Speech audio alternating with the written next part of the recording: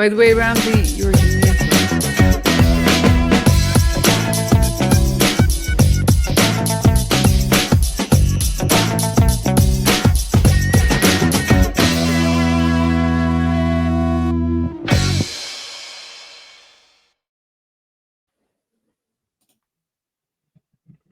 Good morning, afternoon, and evening to our listeners across the globe. This is in12d Live, Season 2, Episode 12, with my co-host Suzi von from Ireland. And we have a great magician on stage. Can't wait to start the conversation, David Harker. David, welcome to our show again. Hi, thank you for having me back. It's been a long time. Well, we debated, but then we said it's okay. It's really cool to have you back, David. And I'm really hoping that, people can go back to, Season 1, Episode 3, if they want to get the full backstory. And hopefully today we can jump in and go a bit deeper, because as we've put in the title, David has gone from being a magician, a mystic, remote viewer, and obviously the co-host of the Psychic Guys, and he's also a moderator for one of the largest online communities of remote viewers. So, David, welcome back. Oh, thank you. Thank you so much. Great to be here again. So, what would we like to discuss this evening or this morning? It's what we would like to discuss. First of all, let's just remind our viewers, how did you become a remote viewer? Whatever this is. Well, I had a good question. I had like a totally spontaneous spiritual awakening, and I think it was the end of 2018, and I was a complete normie before then. I was a software engineer. I never paid any attention to psychic events or consciousness or any of that woo-woo stuff. I was just like that. Never gave it any thought. I just assumed that can't be real, so I won't think about it. I don't, if people are into that, they must be wrong. And so I'd never examined the topic. And then had this awakening event, which I think it may have been something like a cessation. The Zen koans, where you are supposed to like study the impossible riddle, and eventually it crashes the computer of your intellect. It kind of just, the whole thing shuts down and reboots, and in the little gap there you kind of get an experience of unbounded consciousness, kind of unfiltered by the intellect. It's just like this tiny little gap, and that's what it was for me. But I wasn't expecting it. I wasn't a regular meditator. I had no spiritual background. I wasn't trying to achieve this. I didn't know it was a thing. I wouldn't have believed you if you told me it was a thing. And I wouldn't have, it was just like out of the blue, because I was contemplating some like mundane problems about investments and geopolitics and stuff. And they were also, it turns out, impossible questions, just like a Zen koan. And I kind of realized that my models of understanding that I had of the world, I thought I knew how the world works, or I had that assumption that I knew roughly how it worked. And I realized, wait, I don't know how anything works. I can't make any predictions. I do not understand this at all. And my intellect, my ego just gave up. It was just like, I quit. Fine. And in that moment, I had this kind of cessation thing. And it's very hard to describe, because everything changed. My perception changed, but actually nothing changed at the same time. Things didn't look visually any different. There was no chorus of angels or trumpets coming down from heaven or anything, but it was a very profound sort of something had happened. And I knew I couldn't put the cat back in the bag, that I would have to investigate this, and but not what it was. And that this was like Christmas Eve, and I had dinner to cook and everything the next day. So I was like, well, we're going to have to put this on the back burner, but I know that I can't just ignore this. This is something as big as just happened. I don't know what. So that sent me down a rabbit hole of like all of I knew that I was wrong about something, right? I knew I'd missed something, or I'd written something off as false that was true. And so I had to kind of look back through all of the crazy internet rabbit holes and conspiracy theories and weird ideas which I'd dismissed, and try and test them all again and go back through it and go, could this one be true? Could that one be true? And when you're first in that territory, as somebody who's just been thrown into the realm of spiritual development. There's lots of people who want to take $600 from you to come to a seminar or buy a magic amulet or a special helmet that's going to give you all the answers. Oh, you can go and do ayahuasca, or you can come to my retreat or whatever. And you think, yeah, really, if I tried out all you guys, I would run out of money very quickly. So what I need is a experiment that I can run myself for free or for very cheap. This should be testable. I should be able to be empirical about this and do an experiment to validate some claims about, any claims about the universe being otherwise than I currently think wrongly that it is. Eventually, YouTube recommended, because I was watching some crazy conspiracy theory wacko videos, just trying to pour through as much material as I could to try and find a thread to pull on. And eventually, it recommended me Russell Targ's remote viewing TED Talk, which it says banned TED Talk. It wasn't actually banned, it's clickbait, but talk. And I thought I resisted watching it because I thought, nah, that's crazy. That can't be true. And eventually I watched it and was like, really? This can't be real. But because I told myself I want to be empirical, I thought, well, I can be empirical about this, right? This is literally a laboratory protocol for testing psychic functioning. So I can just test it myself. So I searched the internet for remote viewing targets, and I found one, got the coordinate number, and I got a Post-it note, literally just one of these guys, not even a big Post-it note, and scribbled some lines down. And then I opened the target up to get my feedback. And actually what I'd scribbled on the Post-it note matched it really well. And I was like, ooh, I was not expecting that, because I was expecting it not to work. And then I would get to feel like I was so clever because I understood how the universe worked, and I knew that this was impossible. And I tried it and it worked. So it was a real challenge to my worldview. And I had to do 50 more targets before I could really believe what I was doing, right? I was doing something which I believed to be impossible, and at the same time I was doing it. So it was a weird time. I'd love to ask you. Sorry, I didn't. I thought you were taking a breath. I thought you were finished your sentence. Finish it, please. Yeah, no, I think I am. Excuse me, the phone's ringing here. Nobody ever calls that phone, and they would today. Where's my camera gone? Hey, camera, come back. Hey, there we go. Right, there we go. Sorry about that. So that's very condensed. It's just a wild introduction to such a huge subject. So I can't even imagine what that must have been like for you. But I want to know, would you just back up another little bit? And because when I was reading through your bio again, have you always been a bit of a magician? I was having visions of you as a 10 or 12-year-old boy with, no. This rabbit is not stage magic. I'm talking about ritual ceremonial magic, the Western mystery tradition, not card But were you tricks. drawn to I had one of those. Legend? No, I was always into engineering and science, physics. I had a couple of anomalous experiences when I was young, but nothing really too striking, and I kind of just forgot about it and wrote it off as that mustn't have been weird. It must have been something mundane, and I don't know what, but who cares?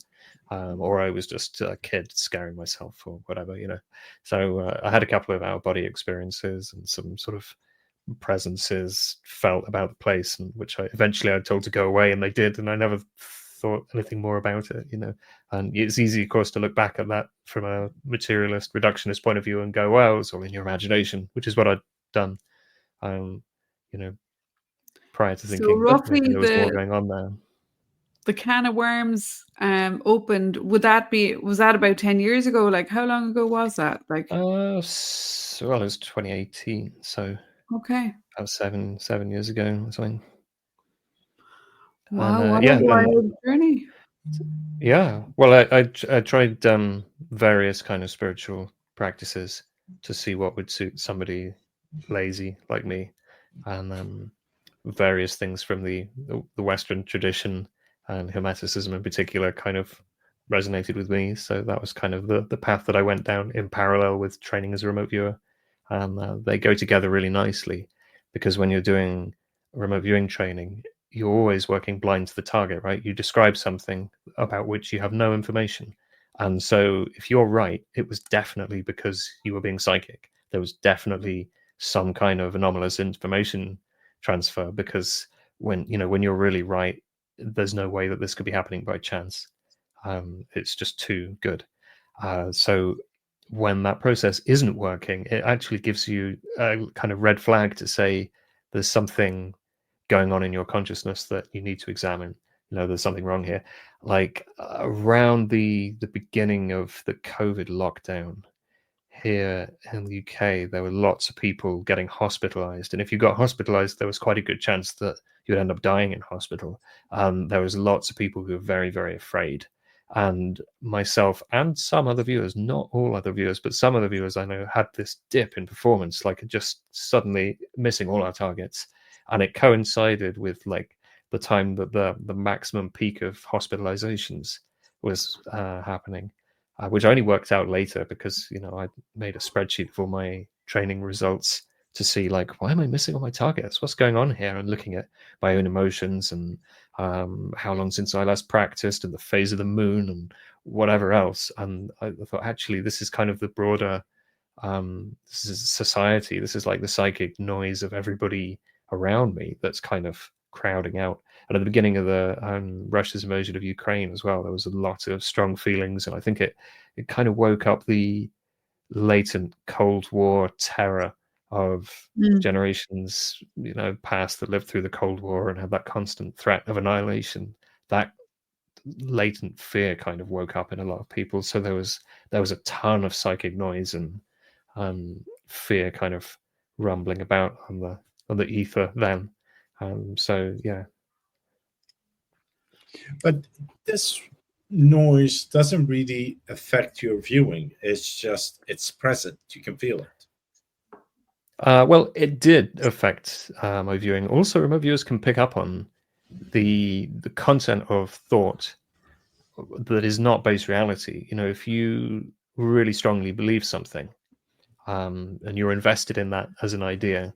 And the classic example here is conspiracy theories. People, if they've got, especially the wild and outlandish conspiracy theory, there's a cave full of gold and aliens and everything it's under there, and then it's in the Grand Canyon and it's all this kind of stuff, right? And they want to get remote viewers to see whether this thing is true, but actually they don't. What they really want is for remote viewers to validate them and to say, this is true, not to find out is it true, is it false, but to tell them it's true, right? To be a wish fulfillment service, right? And this is a really strong idea, and the remote viewer probably wants to make that client happy, right? So what's going to happen is, seeing as the client has tasked something which doesn't exist in physical reality, but the viewer has still been asked to describe it. So they will describe the story and produce an accurate description of whatever this fantasy is. And then that person will take that as evidence that the fantasy is true, right? So it's dodgy. It's a sketchy tool to use, in its own, to try and discover the truth of these, mysterious, weird goings on. So basically, the noise, the noise in the ether affects the results of the viewer. Basically, just like the psychic, if the sitter wants something, the psychic person can see it. Or they may deliver it by accident. They might subconsciously give them whatever it is they want rather than whatever is true. Yeah. So, in the case of a good example of this, the beginning of the Russia's invasion of Ukraine, there was lots of fear, and we were trying to use associative remote viewing and stuff to see, is there going to be a nuclear event in the next 18 months? And it was really like uncertain, and there was kind of data coming through from different places that suggested really terrible stuff was going to happen. And I didn't go and start digging a bunker outside, because it's a really common phenomenon that the doom and gloom somehow gets amplified. I don't know if it's because it's very emotive or what, but when you get psychic predictions of terrible things happening, they're so often a lot worse. The predictions are a lot worse than the reality turns out to be. And I guess that's perhaps because there's kind of extra fear, or the strong emotions associated with it. Maybe give it extra energy, I don't know, but it's a common thing, So if you see psychic predictions of doom and gloom kind of stuff, I would take them with a huge pinch of salt. Yeah, I agree with you 100%. But sometimes what happens, and I'm talking from a psychic perspective, I do psychic mediumship, and so does Suzi, and we have evolved from a evidential mediumship into a knowing, rather than just describing a person, outer appearance, or some general thing about a person. So now we know, we get this feeling, and we know. For example, last year I was in Lima, and I was walking down the streets, and all of a sudden I get it's not a noise, but somebody's telling me that there's going to be an earthquake. And it didn't say it once, and I don't take this as a prediction. It was just for that point in time to say, don't worry, there's going to be an earthquake, but look around, nothing's going to happen. And then that night, there was an earthquake. I think it was 6.0 or something. I can't remember what it was. The building was shaking. Things. I woke up to it and I go, oh, okay, yeah. They said this is going to be shaking. Nothing is going to happen. I went back to sleep, and then in the morning there was nothing there.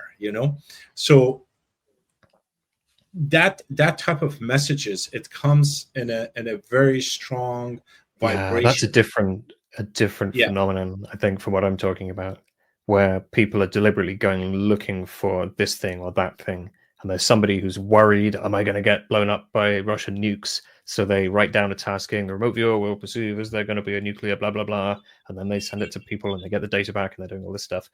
That's very different from when you get that knowing. It's kind of like a push notification on your phone. You don't have to do anything, it just turns up. Right? And I've had that save me from a car wreck before, where there's a hill near me. It's a really steep road, and it's really narrow, and it's like rocks on one side and a cliff on the other. You could fall off. It's kind of dangerous. And I was going up there. There's a real sharp bend at the top. You can't see who's coming. And something like, I had that knowing. You could describe it as a voice, but it was more like the result of hearing a voice. Like when you listen to somebody speak, some part of you kind of like decodes the words into meaning before you can understand them, and it's not just a noise, it's meaningful. And I think I got it at the layer of meaning, not the layer of noise, so it wasn't exactly clairaudience. It was just like I felt that I was being spoken to, and it was just like pull over, and I knew. I didn't argue with it or question it, I just did it straight away. There was no like questioning, oh, am I making this up, what's going on, that was weird, am I hearing voices, am I going crazy? I just pulled the car over, and there was nobody about, nothing was happening. And 5 seconds went by, and 10 seconds went by, and I was like, I'm starting to feel like I'm an idiot here. Like I'm listening to the voices in my head, and now I'm parked on the road, and nobody's. And just then, this car came like flying around the corner. They were coming way too fast down the hill. They'd obviously misjudged how tight it was, so they were completely over my side of the road. We would have had a really serious crash, and it would have hit on the side of the car. That's the driver's side, so it could have smashed straight into me and killed me if I'd been there. So it probably saved my life, or at least saved me from an embarrassing car wreck. So yeah, that is very different, and that's a personal thing, isn't it? Ingo Swann's book, Your Nostradamus Factor, has loads of great examples of that very thing that warns people, that inner voice that warned you about the earthquake and warned me about the car wreck, and how he hypothesizes that it is part of us. It's like an inner part of us that sometimes feels the need to intervene, and if you ignore it, it will kind of get more and more and more serious in the way that it interacts with you. And there's one example of a woman who had a plane. She had a flight booked, and that plane was going to crash or something. She shouldn't get on it because she'll die. But she really wanted to go on the trip, and so she ignored the voice. So it like made her fall down the stairs and break her arm, so she couldn't get on the plane. And then she's like, "Oh no, I can't go on the trip." And then lo and behold, of course, the plane explodes or whatever happens to it. I don't know. And she's like, "Oh, yeah, I should have listened to that voice the first time," which is kind of cool. So yeah, different thing though. But I wouldn't want to say what those two things are. It's really hard to pin down. Can we design an experiment to prove that voice that warns us is one thing or is part of us versus remote viewing data? Where the hell does that come from? I don't know. But do you not think that it's all like ESP in a way? It's all just a kind of expanded awareness, or perception, and Well, it so is there's perception. refinement. Like, But you know, you what are can. we perceiving? Well, you're perceiving, Ramsey's perceiving an earthquake, and that it's okay. You're perceiving that I need to pull in the car there, so you know, I'm going to just But follow that, and that it's that kind of inner knowing. Like, it's like just sometimes you know when you know. Other times it's not as strong, and you're, like you said, you'd be like questioning it, going, or pushing back on it, going, no way, I'm not following that, you know. And so there can be a whole other kind of dynamic or dialogue going on in your head. But I don't know, like I was glad that you brought up Ingo Swann, because I recently read his book. I think it's called Penetration. I think is that the one that yeah, they put in extra. like the one, with new chapter with the crazy stuff on Yeah. the moon, and Like that, when I read that, like I really had to keep double checking. Am I reading like a sci-fi kind of, like is it Yeah. did this really it's a happen? You know? crazy book. I think I have Yeah. it up on the shelf up here actually. It, like, if you ever are going through that sort of extra sensory, you know, expanded awareness, reading other people's examples, like that book in particular, I don't know, it just kind of, you're already open. It's like it opens it even more. Like, you know, do you have it there? I would suggest no. Well, I do somewhere. I can't find it, but my eye just landed on this Ingo Swann book, which is Everybody's Guide to Natural ESP, which I would Oh suggest yeah. you read instead of Penetration, because Penetration is just mental. It's crazy. It's absolutely, like you say, science fiction, and Yeah. maybe it's true. Maybe that's a true account of his subjective experiences, but maybe those experiences that he had are not a reflection of ground truth, consensus reality. But in any case, it's not information we can do anything with. You know, it's True. just stories. You can't do anything with the content of that book which will improve your life, I don't think. So But would read it this influence? one instead. Okay, hold that one up. And maybe put it in the Okay. chat, Ramsey. So Yeah, it's this is, hang on, the light's catching at this. Everybody's Guide to Natural ESP. yeah. I think I have that one too. I think I probably have read that too. But do you not find then that, are you, when you're looking for targets, say you're mentoring somebody or you're practicing, because from what I can gather, you do a lot of practice.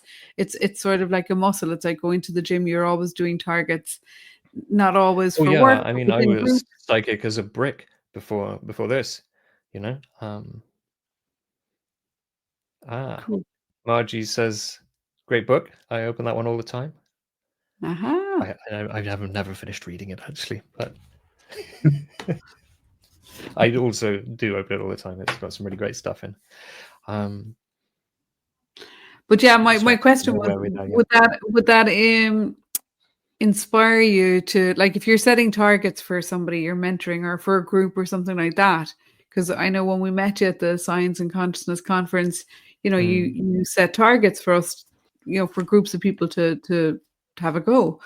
Yeah. And you know, do you ever kind of really like push the boundary away from just bridges or churches or, you know, interesting Oh structure? yeah. I mean, yes, absolutely, but not with beginners.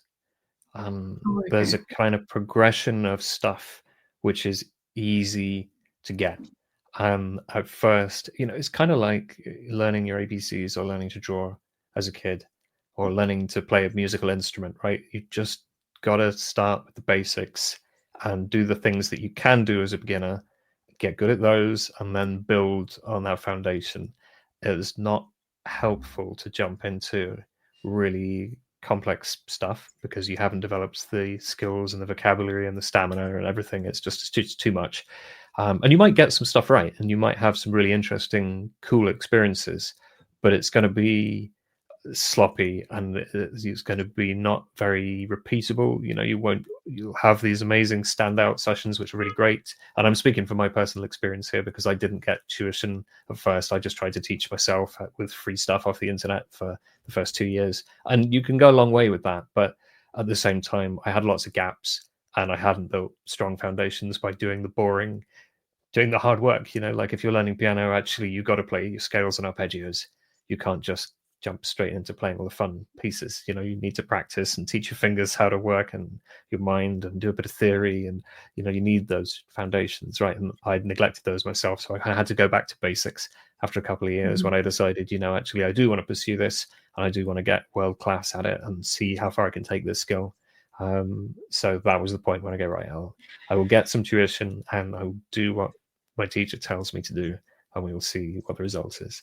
And that was a good choice. I don't regret that. So yeah, you can do crazy stuff, but like people are great targets. They're really interesting, but beginners will often not see people at all. If I give you a target that is a person, you probably describe the room that they're in and be like, oh yeah, okay, I see the room. Anything else there? No. And it's like that. You literally task says, go and look at this person, and you will. It's like they're invisible. And I don't know what happens. That was the case for me. Statues as well, not there. Really odd effect, and it just takes a while. After a while, suddenly it just clicks. You get it. It doesn't happen to everybody, but so we don't start with people. Also, the details for people tend to be a bit more subtle and a bit more hard to get feedback on. If it's a structure, you know what it looks like. You can draw a picture, and you've either drawn this thing or you haven't. The colors are right or wrong. Is it the ocean? Is it the desert? Is where we start the absolute basics, and it's just that. Is it land or is it water? And you learn what that feels like inside the kind of we say the gestalt, but like the beingness of the ocean or the land.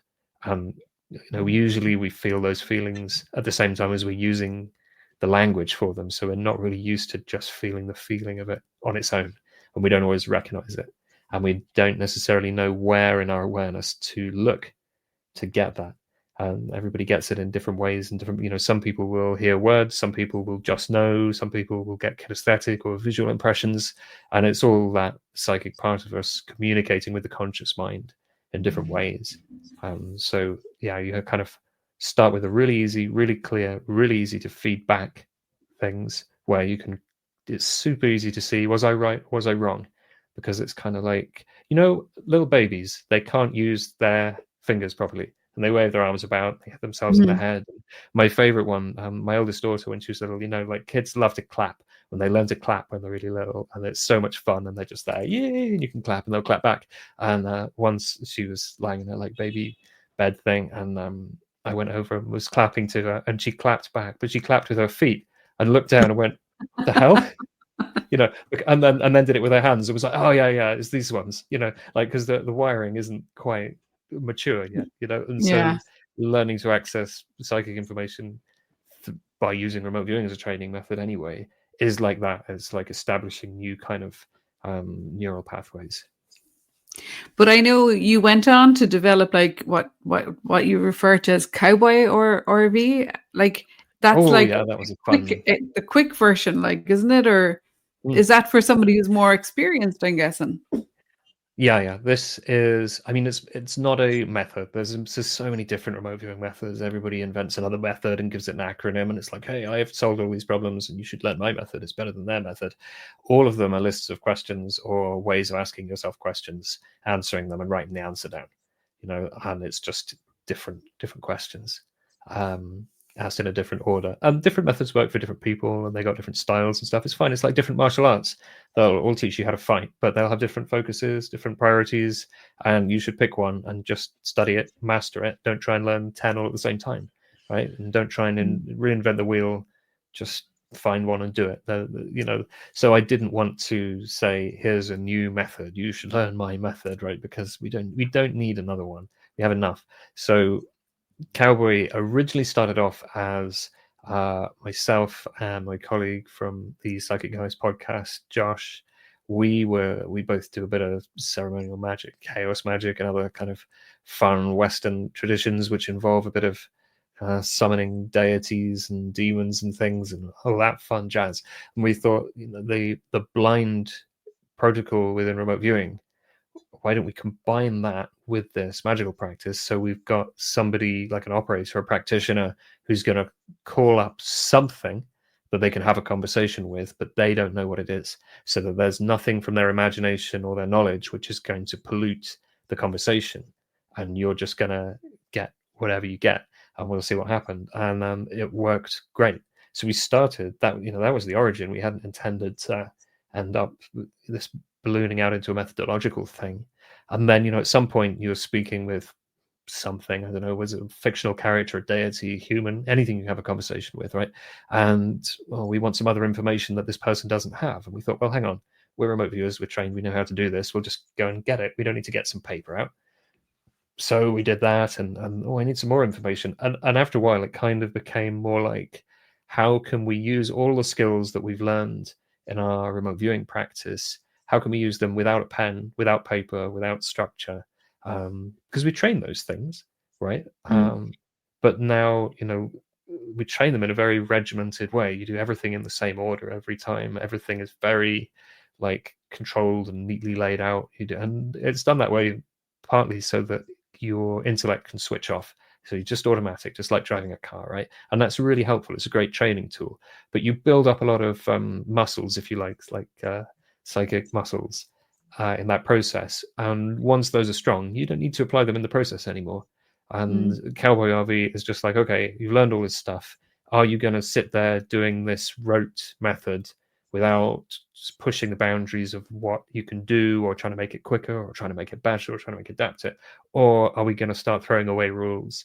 Are we going to see how far can we push this thing? What can we do? What can we do without? Which parts of the methods can we get rid of and still get a good result? Can we make this faster? Do we need this dogma? Do we need that dogma? Wait, a lot of this turns out not to be true. These are just stories remote viewers tell each other that are rubbish. And so it was about kind of becoming a post-methodology practitioner in the end, and saying to people, you've got all these skills. Now that you've really practiced them hard, go your own way in chucking out the rule book. Don't do it my way or somebody else's way, but actually develop a spirit of experimentation and disregard for the rules.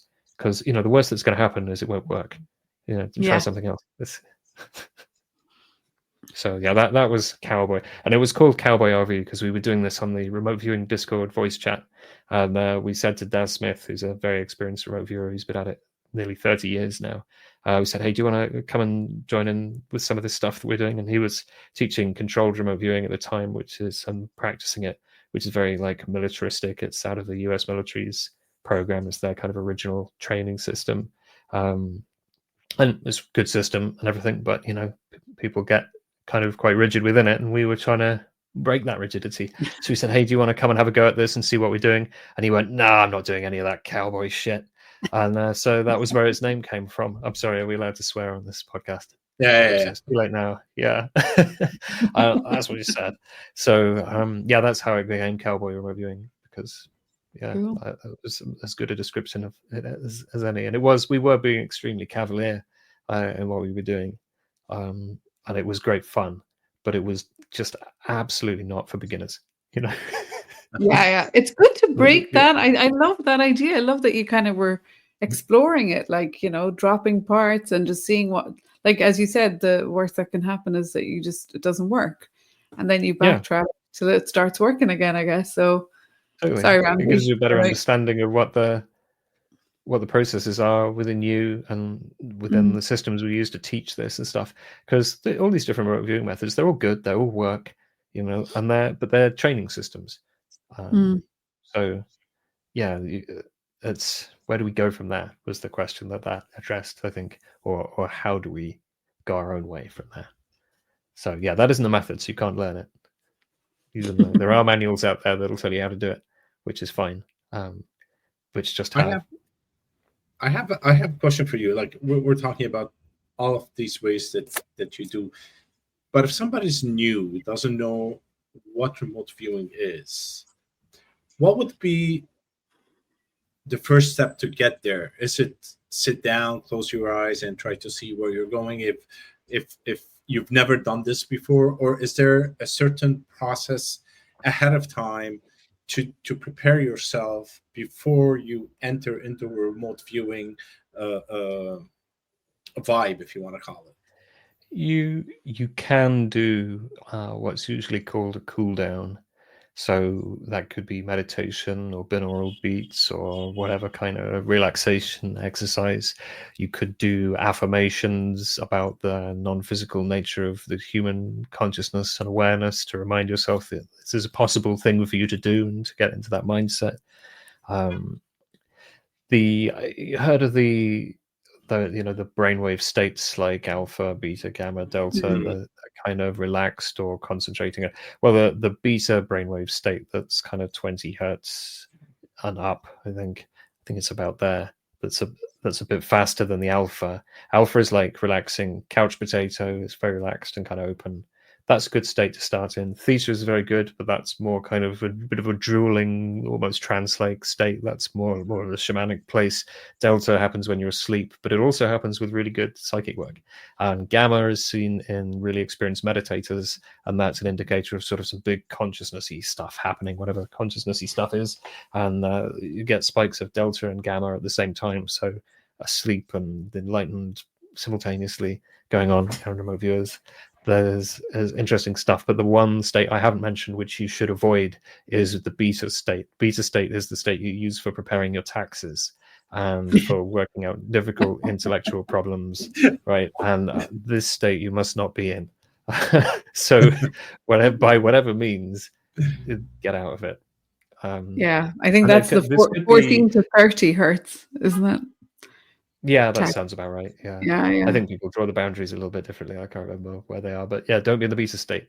But I say to people, because like people worry that I need to be in the special state, and I've been meditating for ages, but I've never had like weird mystical experiences. Am I unable to do this?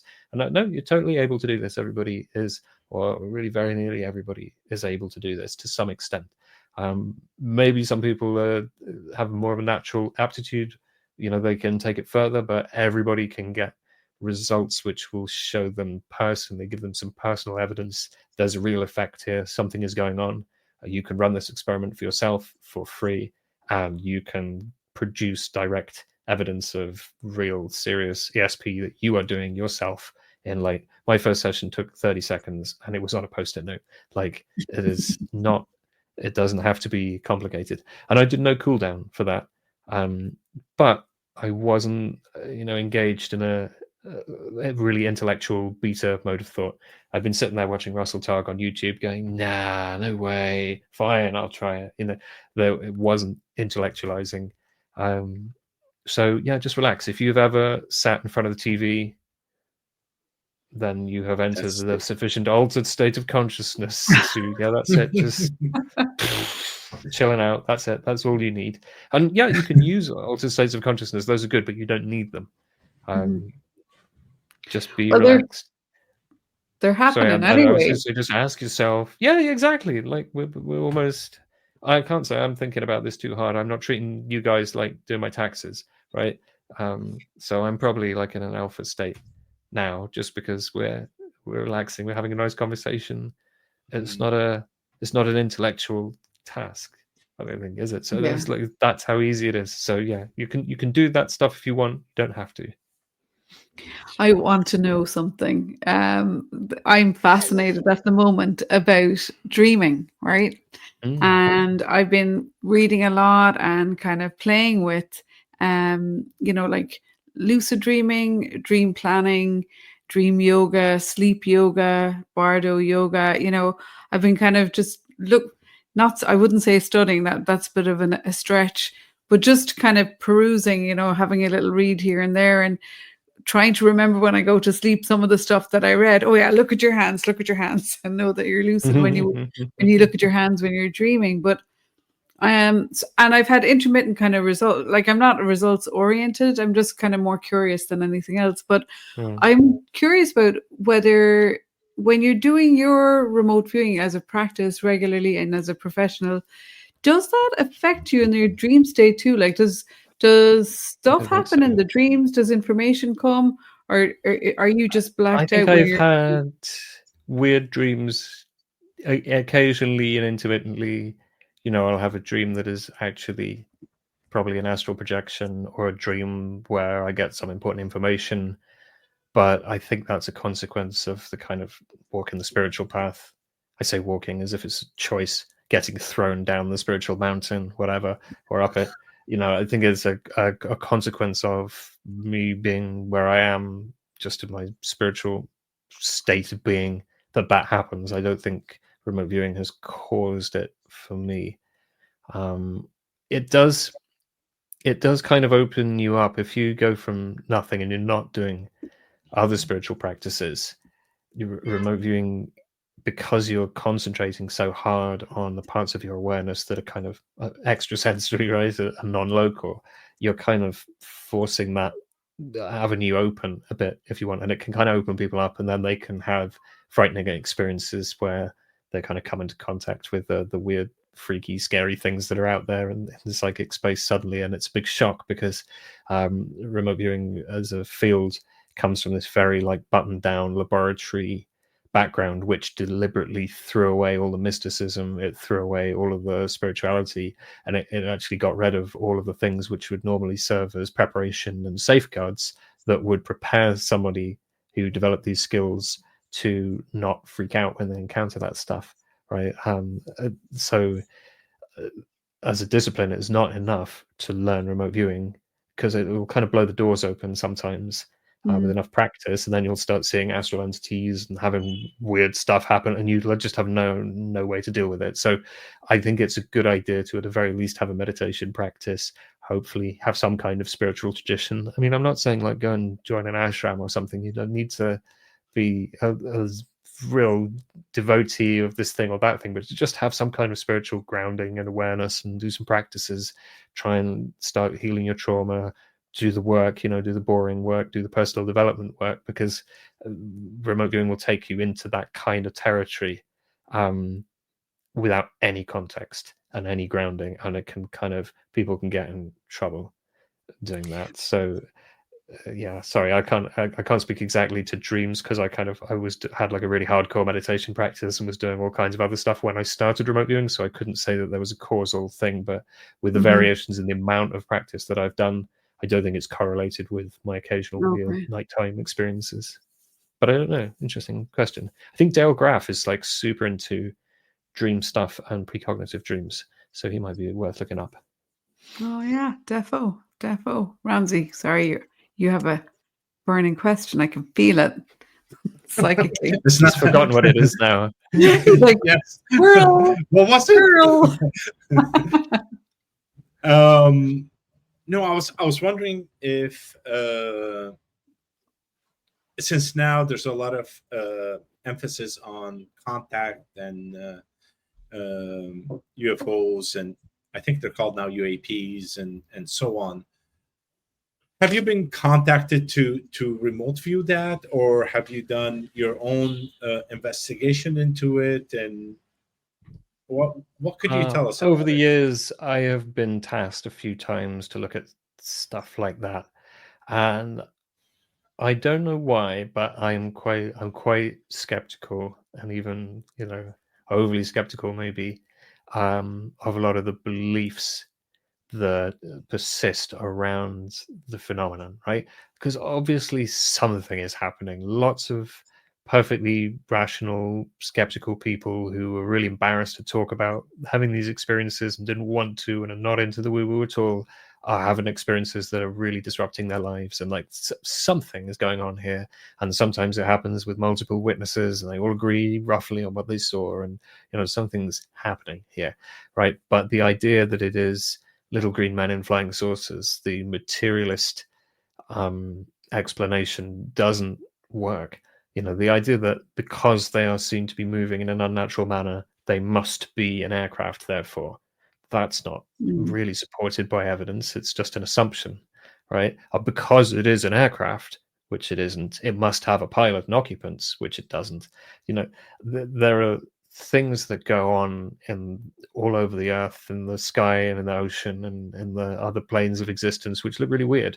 And I think at least a great deal of the time, they're kind of phenomena of consciousness. It does appear that maybe there's some of it's physical as well, but one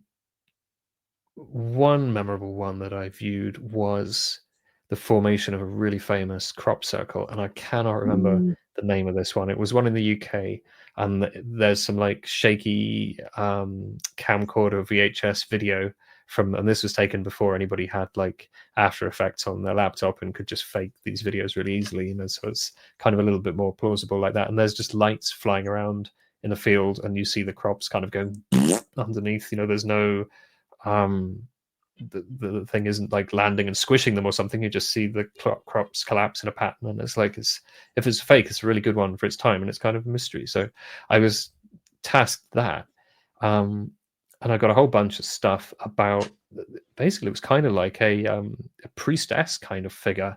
Like there was a bit of pagan magic stuff going on.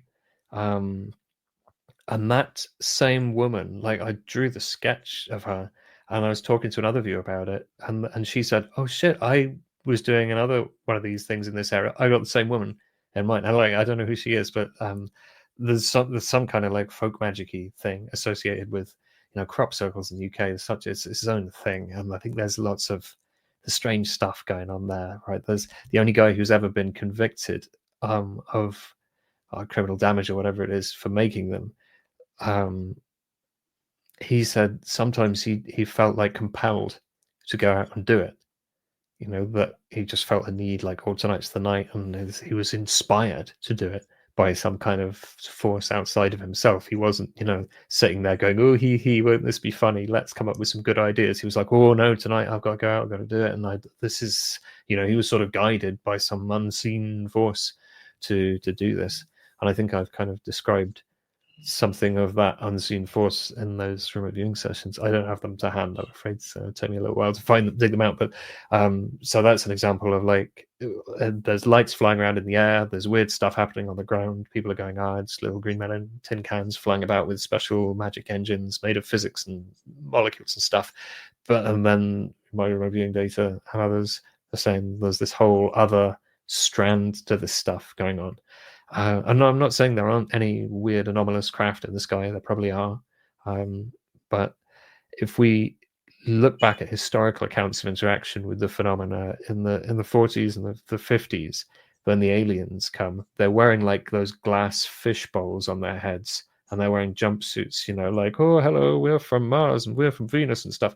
And those are still, you know, authentic accounts of people who really had those experiences, right? But the way the experience looks is the way they experience it is changing culturally, right? So the phenomenon is reflecting the culture of the time back at the people experiencing it, which tells you something really important about it, I think.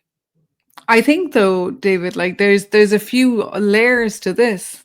I feel like we probably need another half an hour, but realistically, like those guys, like in Hollywood, have a lot to, you know, they've given us so much information, you know, so much visual kind of imaginary stuff coming out of Hollywood, right? So they're filling up your subconscious mind with concepts and ideas and, you know, shapes and forms and things like that. So, you know, when people are tapping into something like that, you know, it's not that it doesn't exist. It's just, it does exist on an imaginal level, let's say. But yeah, with the grey aliens that people see today, you could say they, you know, they really were brought into a common experience by Steven Spielberg, right? Yeah. Rather than like you know? The blue beings. Apparently, I've heard so many people talking about these blue beings, you know, Arcturians, talking about solar flares. And like, I'm not a big fan or of doom and gloom. Oh, look at the doggy! But what I was thinking about was the. She loves being on. She loves being on the show. It does, Bella Luna. What an adorable dog! But if I picked my dog up here, he'd be really cross. He hates being picked up. But the blue beings, I was feeling into it, and like I've never even seen the film Avatar, but I know that they're kind of blue. So I often wonder, are these taking a form that exists? You know what I mean? But it does mean that the message isn't pure. A place that certainly not. Look at channeled messages the world over. There's a lot of contradictory stuff, you know. It's not just because it's spiritual or channeled or something doesn't mean it's true. It doesn't mean you can trust the source. It doesn't mean the source knows what it's talking about. The things that you can communicate with, even assuming that we are communicating with something else, that people might be making stuff up. I think a lot of people are not, and are genuinely, engaged in a practice where they don't know where this stuff's coming from, and it's probably coming from somewhere else.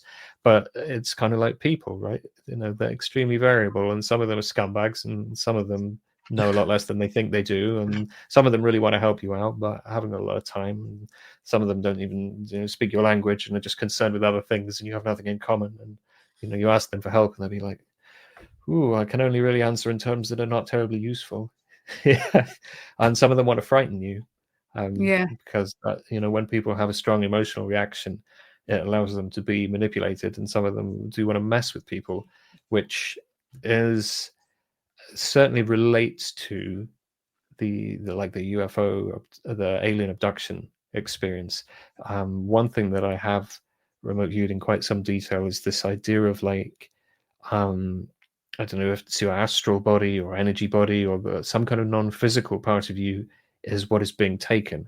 And that's why it floats through the wall so easily, right? Because it's non-physical, right? And I saw this happening to somebody in a remote viewing session I was doing, and it was horrible. It was really unpleasant what was kind of done to this guy, but his body never left where he was living. The physical body was completely fine, but he was having this experience that was kind of forced upon him, and they kind of pulled his consciousness out into space and were showing him lots of kind of like distorted images of the universe and these crazy ideas, and it was kind of like a brainwashing kind of thing. It was really unpleasant and unethical. It was deeply uncool. But I think a lot of these experiences that people have are probably more likely to be that experience, to be a kind of transcendental, transpersonal, out of body kind of experience, rather than a physical. Like Occam's razor doesn't say the simplest answer is most likely to be right. It says the answer which requires us to make the fewest number of assumptions is more likely to be right. So we're already well familiar with out of body experiences, astral travel and stuff, where people have the experience of having a body that is made of energy and is not their physical body and can travel through solid matter, and they can move around the physical world, and they can go to other places, they can go to other planes of existence and experience all this wild, wonderful stuff. And sometimes they have psychic experiences, sometimes they see dead relatives. You know what? Sometimes people get taken to the alien spaceship and they see their dead relatives. How does that make any sense with this narrative that these are just physical beings from another place? There's lots of different, or what we would label as lots of different phenomena kind of getting mashed up, and I think the confusion is coming from the extremely subjective way that people are experiencing it.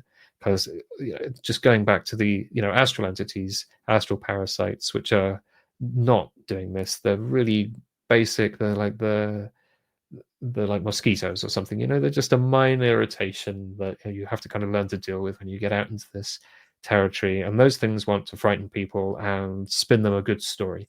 So if you see a real good story that is making you the main character, you're special, you're going to help in this big thing that is this great mission to bring peace to the galaxy or save the world or something, big red flag there. They sell great stories, but they also people go, how are they so good at manipulating me? How do they know all my weaknesses and fears? And they don't. They're extremely simple. What you're experiencing is reflection, right? So if you watch a movie, listen to the music. They'll use some chords. You should be happy. Now we should be a little concerned. Now we're triumphant. Now we're very sad. Uh-oh, bum, bum, bum. Right? You'll have all these different musical chords, which will just trigger an emotion like that. We're just conditioned. And it's very much the same with these kind of non-physical astral plane interactions. It is much more like they're playing a chord on the keyboard, except you're the keyboard, and the chord they're playing is "I'm a scary monster." So your subconscious is like, well, I'm seeing a scary monster. Let's dredge around in the imagery in there. Often it's lizards. Everybody is scared of snakes and reptiles because they're dangerous, and we've evolved on a planet where they kill us constantly. So that now we've got the lizard people, because people see these reptilian forms because we're frightened of them, not because they're real. It's because you're scared of it is why you're seeing it, not because they're lizard people harvesting your loosh. You know, same with the grey aliens. We saw the movie. Well, it's a monster. It's from somewhere out there. It's scary. It's mysterious. Grey aliens, boom. You know, and I once saw. There's this phenomenon of being jump scared by these things. Sometimes you will see a face go right up in your like non-local perception and your sort of psychic vision or third eye or whatever. You just see them, and it's scary. And it happens to non-practitioners. It happens to kids. It has a relatively common thing, and it's got some quite clearly defined diagnostic criteria. You know, that it's a sudden brief flash. It looks like a photo negative. It's looking directly at you. It comes with emotional impact, a sense that this is like more than mental imagery, more than conventional mental imagery. It's a really distinct phenomenon, right? And I once had that experience where the image that I saw was a grey alien with sticky outy vampire fangs, right? Which makes just no sense, right? Vampires, grey aliens, totally different, you know, movie franchises, right? They're just both scary monsters, and something in my subconscious had kind of like mushed those together. Well, you're scared of vampires, you're scared of aliens, let's mix them together. Or they somehow. So that was a really great clue for me that what I'm seeing just is not a real thing. You know, since when did grey aliens even have teeth, let alone vampire fangs? This is just a ridiculous Halloween costume concocted by my subconscious in order to fulfill the need to have a visual representation of the scary ass monster that is actually nothing more than a thought form and is not to be worried about at all. Is that sorry? That was a very long answer, roundabout. Very long, but a good one. A good one. I enjoyed it. But do you not think that scary monster that's coming right up in your face like that is an aspect of your shadow or something that's a part of you that needs to be integrated? I used to think so. Yeah, because I would rather see the horse than the zebra, right? And there's enough weird, anomalous stuff without assuming that there's even more. And you can deal with that phenomena as if it is purely psychological. And then I didn't begin, when I was first taught to deal with that, I treated it as just psychological, like a personification of some kind of complex that I had or what, you know. And what's great about it is that you can treat people without them having to believe in any woo-woo, right? You can fix this problem when people experience it with just psychological stuff, basically, by treating that thing as something that you can talk to me like, well, let's talk to this part of your psyche then. And I was really happy with the psychological explanation because it works fine, until one day I fixed this problem in one individual, and it's entity attachment, right? And it was affecting their behavior. It was making them kind of particularly annoying in a certain way. I can't remember the exact thing, but you know, it was like really pushing their buttons and causing them to act up in this specific way. And so I fixed it in that person, and I saw it go away in another person at the same time. I was like, whoa, this person over here is their behavior spontaneously changed, and both of these people have just lost this annoying behavior.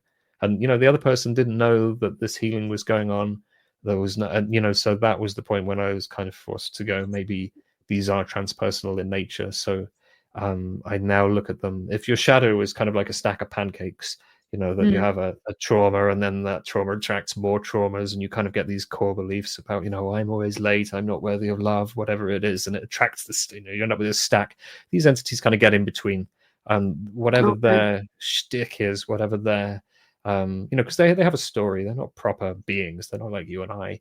They're like a little scramble of emotion and thought that just, you know, they can be created by rumination and by people having really stressful events in their lives, or they can be created on purpose. They're just, think of it like writing in the sand at the beach. You know, they're as easily erased as they are created. But if you write a really nasty message in the sand and somebody sees it and it really hurts their feelings, it's still a real thing that you've created, even though the medium, the sand, is a very ephemeral thing. Then it will be gone and be washed away by the sea soon. But that person's still going to go home in tears, right?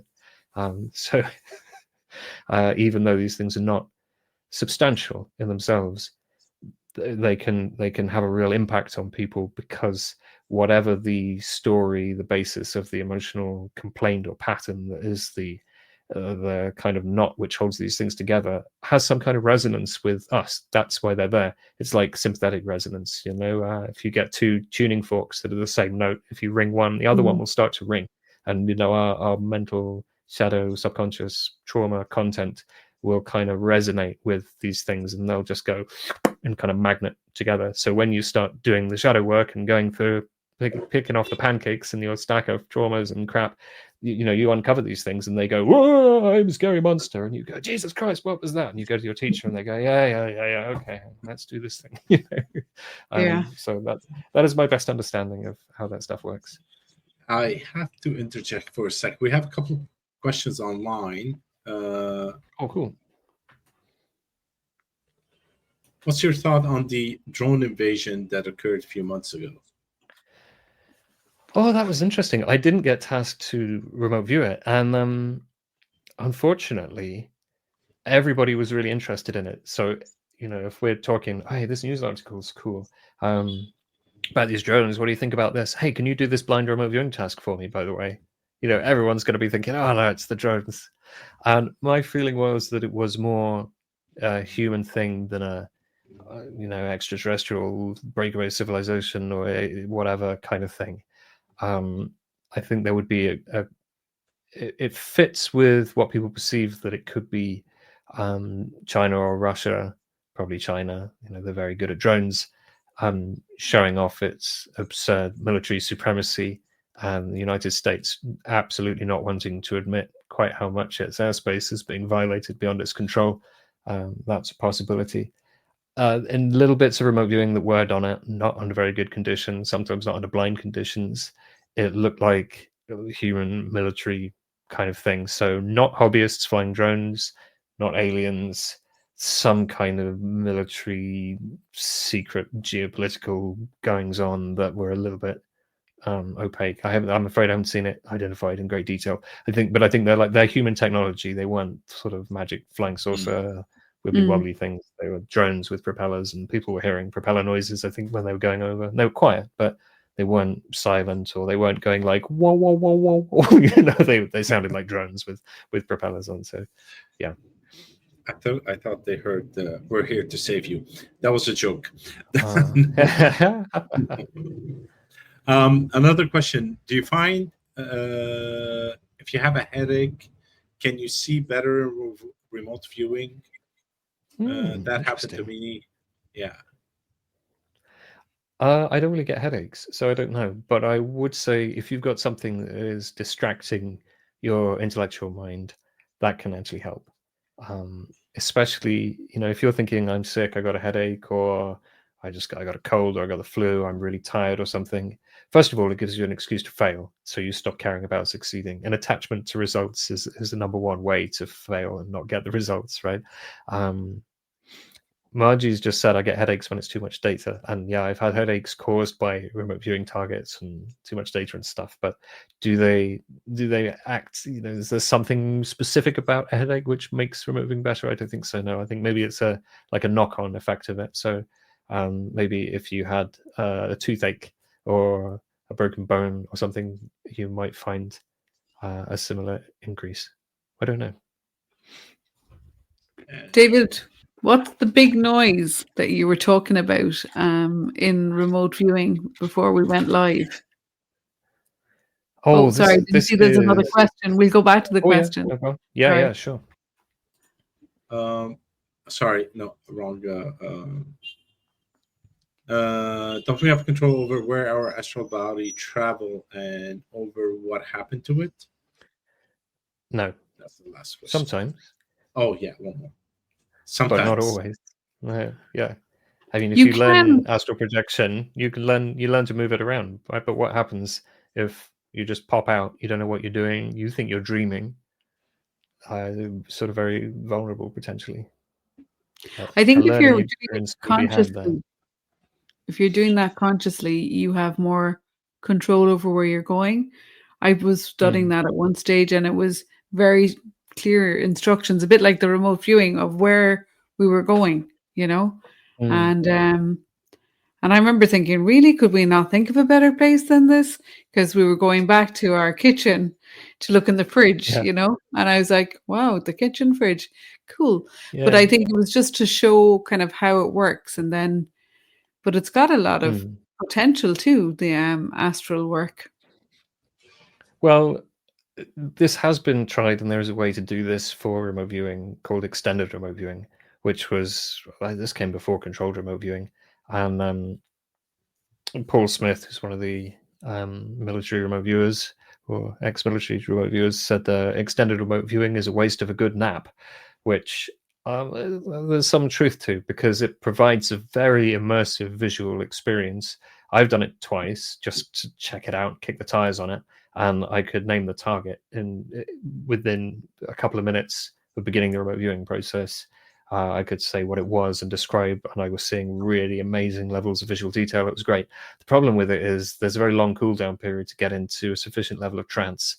And if you've got kids or any noise or something that's going to disturb you, you spend 25 minutes trying to get your whole body completely relaxed and get in this like focus 10 state, I guess, but like really super relaxed, doing guided muscle relaxation and stuff. And then kid comes in like, "Hey daddy, can you do this thing? I want to fly my kite." And you're like, I've just been trying, the whole thing's out the window and now I'm going to start again. And then also, you're basically asleep. If you start moving around and taking notes, you've busted the trance. So you kind of got to remember everything and bring it back with you. So you get a couple of pages of stuff and you're trying to draw things going, did it look like this or did it look like that? That was a fleeting impression. You can't. So it's actually kind of useless. It is one thing it's really good for is written text, numbers, dates, proper names, which are not conceptual data, is great for that. If you want to know the date of the next market, top or bottom, use extended remote viewing. I've just seen numbers just visually, like they're just printed, perfect sensory font, super clear, and that is much harder to do with a lighter, not really an altered state, just a relaxed state, a thesis state, like you'd usually do remote viewing in.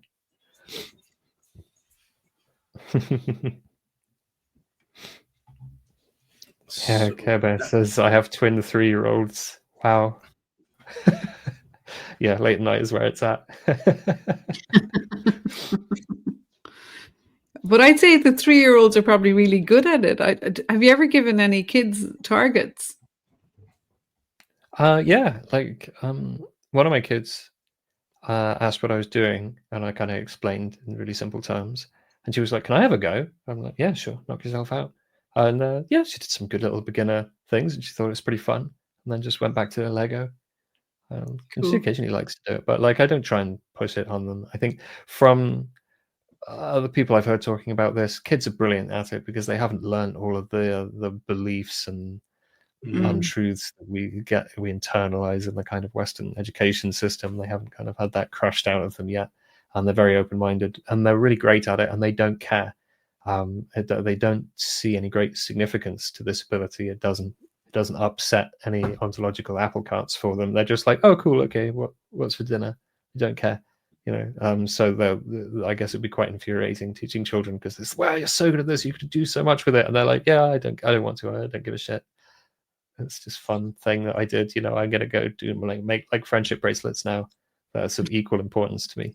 So yeah, if my kids want to do it when they're older, they're very welcome to. But like, it's not a religion. You can do what they like. Well, it won't be such a rude awakening for them because they'll have, grown up hanging out with you as their dad. Like, so I think that's yeah. I mean, I don't lie about what I do. Consciousness is going, Yeah. Equally, it's not going to be a shock for them to discover this stuff's real. Like, it was a huge shock for me because I just totally thought it wasn't, and it is. But I think that's what's the coolest thing being a dad, like, because you're busting through all of these, limitations or, cultural beliefs or whatever, worldviews, and like your kids are growing up, with a completely different, maybe parameters or experiences. Maybe. I think anybody with beliefs in any, people with specific religious beliefs or indeed atheistic beliefs would all feel that about how they were raising their kids, though, right? They'd always go, "I'm really glad that I'm the one who's right. Are my children lucky to be brought up correct in this world full of incorrect people?" Because that's the nature of belief. And I might be able to wave a massive stack of proper laboratory experiments which validate what I'm doing is real around, but then a lot of it I can't validate with decent quality science. It's just, well, that's my experience. I don't know if this stuff's real at all, but that's kind of how it looked And I like that if they have spontaneous experiences which are frightening, A, they can feel comfortable talking to me, and B, I can actually probably help in a practical way. And if there's spooky things, I'm qualified to get rid of the spooky things, and then it's no problem. You can just go to sleep, which is nice. Well, Rather than going, it's just a dream. Stop it! You're making it up, and they're like having some kind of experience, like, oh shit, and their parents are inadvertently gaslighting them. Which is I guess common. I find sometimes with children, you can work with them to remove their fear with a silly little thing, a word, or I'm always here right next to you, or you can even get a rock and put it under the pillow, and this is going to save you from the monster under the bed, and they'll overcome their fear with that simple little gesture. Very simple. Anyways, it is the fear itself which is the problem, isn't it? Yes. And it may be the hour where fear is caused by. Oh, I can go on until because we actually started an hour earlier than we thought. That's sorry to everybody who was waiting on the beginning of the stream. That was my fault. It was in my calendar at the wrong time. So I had to come with my cap in hand, apologizing for being late. So that means I can go on for like 2 hours or something. So it's fine by me. If you guys want to keep going, I'm happy to. We can go on for a bit more. Yeah, that's fine. I'm just checking the targets, basic, never any pressure to do it. Yeah. I believe it's a key that to let it freely develop without putting any pressure on a child. So you were saying, sorry, I interrupted. I was trying to manage the time, but we're good for another couple of minutes. No problem. Go ahead. What the big noise? Big noise in remote viewing at the moment is the crossover from the people who are interested in the UAP phenomenon, because I think it's becoming more broadly accepted that there's a really serious aspect of consciousness underpinning this. And just from my own personal opinion, I'm an idealist. I think all of matter arises from consciousness, not the other way around, right? So it's not a big problem to me. It's like, oh really? But I think there's a lot of explicit materialist hypotheses and kind of unexamined materialist bias in how people think about it. That's kind of where people have been coming from, and they're coming up from even though they wouldn't say I'm going to rule out consciousness things. There, you can see all of the steps of reasoning are kind of trying to cram what is not necessarily a physical material phenomena into materialist models. And in the past, the UFO people didn't want anything to do with the remote viewing people, because they said, that's woo-woo, it's made up. We don't want to be associated with this pseudoscience. And I think the feeling was mutual. So the two fields are kind of coming more together now. I think a lot of people are starting to talk about remote viewing in the same sentence as UAPs, not always accurately to what remote viewing is, which is, of course, the protocol of a specific target is viewed deliberately. The viewer is blind to the target, so they don't have any information about it. They record their perceptions, and then they get feedback. It's a laboratory protocol. It doesn't tell you how to be psychic or what to do with it, but it is talking about gathering data while under blind conditions, right? And then you can use these methods like extended remote viewing, where you have a nap, and controlled remote viewing, where you write pages and pages of stuff and do ideograms and sketches and matrices and stuff, or you can do your own thing. It's all within that protocol. That's why it's remote viewing and not just being psychic, right? And I think maybe because it has that scientific kudos or cachet or whatever, I think people are overloading the term remote viewing to refer to things which it is not. When it comes to psychic or non-local interaction with stuff relating to the phenomena, which I would recommend people don't do. Really, if you want to go from no experience with these things, say you've just kind of had a materialist worldview, you've got no spiritual practice, no meditation practice, you haven't done your shadow work, you haven't kind of done all that difficult personal development stuff, don't go trying to summon lights in the sky and beings to come and talk to you and stuff, because it really is a case of careful what you wish for.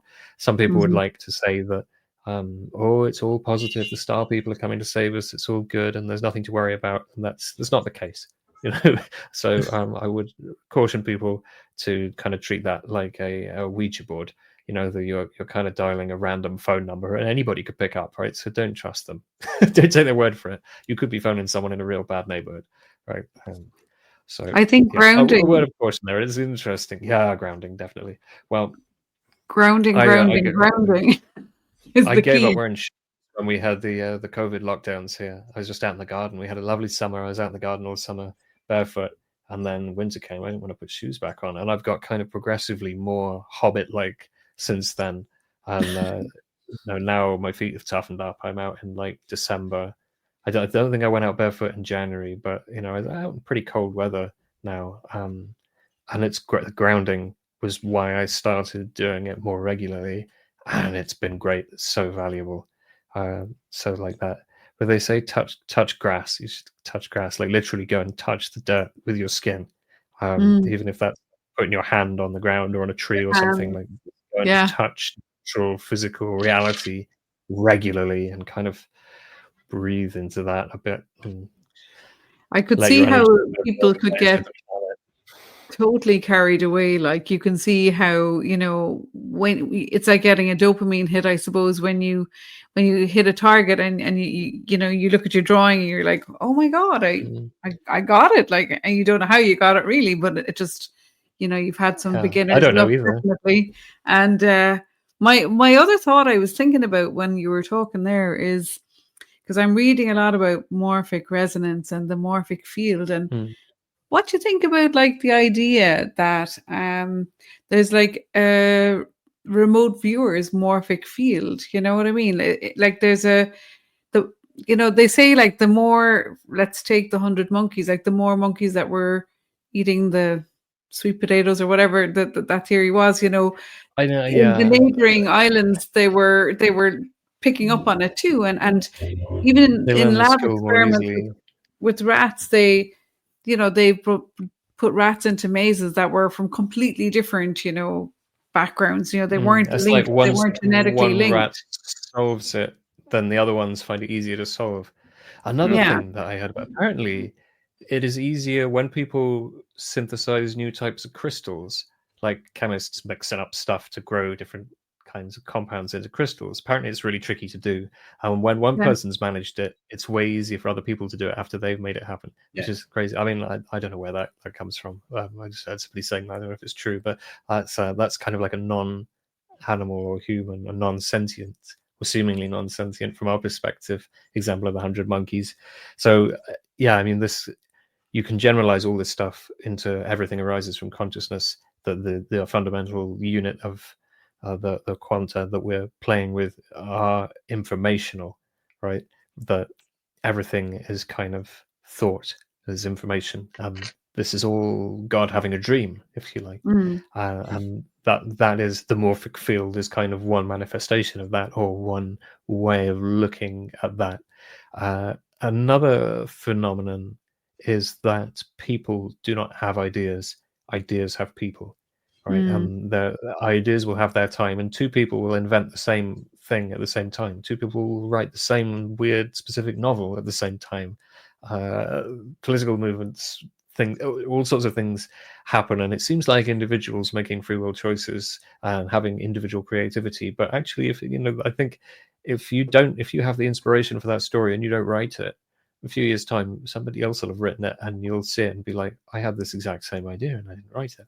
And it's just gone to, and it's like this, the information is kind of churning around and developing and evolving, and it will come up one way or another, like whack-a-mole. It's just going to keep on coming up through the surface into physical reality through us, and we can allow ourselves to be channels for that, not in the sense of channeling, but just to be a conduit for kind of that informational evolution that might underpin reality, or be a sort of low-level mechanism of it. Or we can go, no, I don't want to, I refuse to play, and I think that's fine too. you know, that's okay. I don't think there's a value judgment in it, but I think it's there if you want it. So practicing remote viewing and mediumship and magic and meditation, or you know, whatever it is, if you're tapping into that, that is the place that you can, it's like the wellspring of creativity and all these amazing ideas and stories. And you know, I'm not a writer. I don't do creative writing at all. I don't know how to do it. And I've had like a plot for a novel in my head when I woke up in the morning from a dream, and it's like, where's this come from? Really? Yeah. Like, I never think about this kind of creative activity. It's not mine. Basically, it's a cool story though, and I haven't written it down, but it's a cool concept. Maybe make a short story. But apparently, if that's hanging out there, just kind of in your field, as soon as you put the pen to paper, your fingers on the keyboard, you can probably just stream it all in there, like, you know, with that I would have thought intention. so. Yeah. Yeah. Or at least Cool. the bullet points. Yeah. A start. It's like the just knowing. Yeah. Oh, what's on the thing? Margie says the UAP people talk about consciousness playing a role in piloting UAPs, but many are scared of developing their own psychic abilities. Lots of people are scared of developing their own psychic abilities, UAP or not. There's a lot of worry that it's against God's law, whatever religion you're in, or that you'll be opening the door to demonic evil forces, which I guess it's occasionally true, but it's not something that ever stopped me. And I don't know, I haven't surveyed people on the reasons for their fear. I'm sure there are more reasons than just those, but it is really common to be nervous about this because it's a big leap, right? It's the unknown, and it's a whole new skill set, and it's much easier to sit on the shore and watch people swimming and go, oh, that's cool, but I could never do that, than it is to jump in the sea and risk drowning. And you know, you get in there and it's only like this deep, and yeah, it's actually fine. The universe will almost always not allow you to drown. It's okay to dip your toes in. So but if people are scared and they don't want to do it, don't do it. You don't have to do it, right? As to consciousness and piloting UAPs, going back to Occam's razor, if you were having a out of body experience or more like an astral projection kind of experience, you would expect, just as in a lucid dream, that the content of your experience would respond to your will, your desire. So if you were dreaming about flying a spaceship with your mind, it would make more sense to me in that context, you know, if people have had that experience. What does Care Bear Bard of Cards say? Sometimes I feel what I'm seeing or smell or feel pressure somewhere, and it ended up being a person carrying a heavy load on their back. Is that like a metaphor? Is the heavy load kind of metaphorical? Wait. Yeah. Well, we have another one from Margie. I'll read out the question because we put this out on audio as well. Oh, yeah, sure. So Margie asks, can remote viewers amplify each other's abilities and accuracy or inaccuracies when viewing together? I don't know. Certainly claims to that effect have been made. I don't know how well borne out by good quality evidence those claims are, but they're certainly not disproven. Two things which happen with groups of viewers. One, they might all agree, which, going back to the example of people using remote viewers as a psychic wish fulfillment machine to tell them what they want to hear, can make that problem a lot worse, because then, but now all the remote viewers agree, so they must be accurate if they're all saying the same thing, you know, and actually they're all saying the same thing, which is an idea rather than ground truth, right? So it lends false weight to a hypothesis. Another thing which happens, which is really interesting, is you get like a load sharing effect, where if you have loads of people working the same target in the same project, they will focus on different areas, and when you come to put all the data together, it will fit like this jigsaw puzzle, and you'll have the complete picture. And there's obviously no, like, the viewers are not working at the same time or anything. It is like the result of this. I think the way this works is the result in the future where we have our feedback, we find out what the task was, and our data, our remote viewing data, and they come together and we see that they match, and we go, hooray, something cool happened. I think that event in the future is what is drawing all of our session work and our activity towards it. So instead of thinking of it as like, oh, well, the subconscious minds of the viewers, they all go to a special meeting room that nobody's consciously aware of, and they work out, I'm going to do this bit and you're going to do that bit, and they write a plan and they go back to their bodies and then they do the plan. You know, like thinking about it in terms of linear causality and agency like that makes it really overcomplicated. And I think the reality is, in the future, this is going to happen. And as remote viewers, we're allowing ourselves to be that conduit for it happening, right? We're allowing ourselves to be the people that the ideas have. You know, like ideas have people, people don't have ideas. And this is an idea that's going to come out in the future, the remote viewing data, and we're going to allow that to flow through us, right? So that is why when the viewers work together on a project, this bit comes from that person, and this person looks at the past, and that one does the future, and this person does the building, and that person does the people inside it, and it all comes together to make a nice coherent picture, right? And it's kind of more like pouring water through a sieve. You know, the water will go through each individual hole, but it'll come back together in a cup underneath, just like the data will just fall through whichever individual viewer, but it will come back together to be coherent at the end. Can I ask you just because I loved when Ramzi was on the Psychic Guys. I was listening to that chat between you guys, and we were reminiscing about tea so much. Well, when you got past the tea, and it was kind of fun listening to you talking about, you know, because I was there in Broughton for the Science and Consciousness conference too, and you were talking about Ramsey sort of interrupting some, I don't know, some field of protection around the woods, and how did the disruption of the field of protection in the woods affect the outcome of the remote viewing experiment, you know? So because you had some really cool where did you find that? Wow, where did that come from? Oh my god, I have it on my computer. Wow, cool. That is my very, very quick remote viewing session that I did on because Ramzi said, you know, I had this experience in the woods. I felt this like energy barrier thing. What do you think that was? Was that supposed to happen? And I was like, no, it's definitely not supposed to happen. You guys are supposed to be having like an ESP experience. Nobody should be getting zapped or going into any weird experiences like this. It's not happening to anybody else, Ramzi. It's just you. And but I went to I suppose this wasn't remote viewing because I wasn't blind to the target, but I didn't experience it. I didn't have any information about it. And that couple of sketches that you just saw, if you're watching the video, is my perceptions of it, that it was kind of a barrier on one side and it had a sort of black hole, weird portal, empty, strange feeling inside. It was very hard to describe. I don't think these things have a very good like physical analogy. There isn't anything in our normal physical experience which is like these sorts of weird metaphysical things. So you end up using a lot of metaphors and woolly language trying to describe them, and you can kind of feel what they feel like. And it's like, oh, that's really weird. And it's sort of like a wormhole, but it sort of isn't. And it's kind of like you're somewhere else, but you're not. And it's flat. Ooh, and it's, you know, you end up really tripping over your words trying to describe that stuff. But I drew some pictures of it. And, so that was what Ramzi had there. It's not necessarily true, but he said to me that I had that experience. I perceived this, and then we both thought, you know, who would be making weird energy structures in the woods? It could only be one guy, and we both asked him, and he was like, "Yeah, I did." And he said to me, "If anybody goes in there with a chainsaw, it will end badly for them." So there you go. Good job you didn't go in there with a chainsaw. I'm glad I left my chainsaw at home that day. God.